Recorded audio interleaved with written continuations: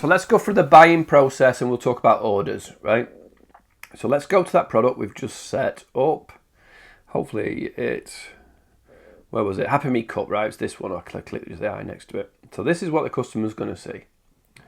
Here's the customer, wants to buy the white one, £8, add to cart.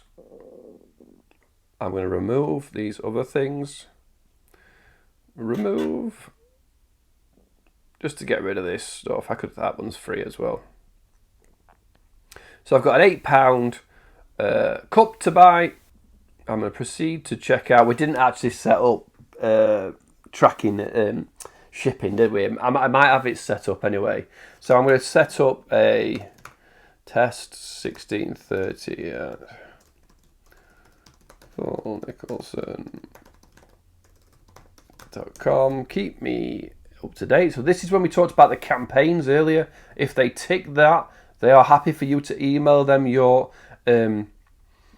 campaigns, your discounts, your new products. Let's put a proper name in.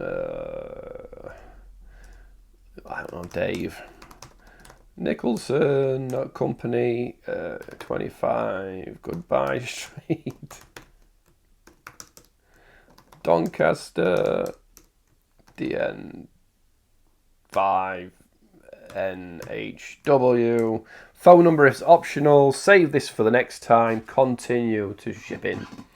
Right. So I've got free shipping set up on this. So you would set your shipping up and put your, if it's a UK based thingy, it might be free shipping. It might be £2. It might be whatever. Continue to payment. You would have your tax at this point set up. So the person's going to say,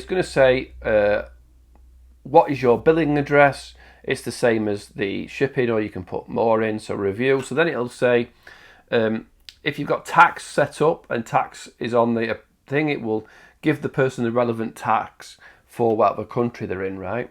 So we're all about ready to complete order. All I'm going to type in here for the discount is free, which will zero it out. There you go, complete the order. At this point, it would go and ask for your credit card or your PayPal. I'm not sure why it's just gone to my PayPal, because it's free. Is it trying to charge me shipping here? Complete order. I tell you what, I've got PayPal set up as my payment gateway, and it might not be liking that. Let me just pause it and cancel that.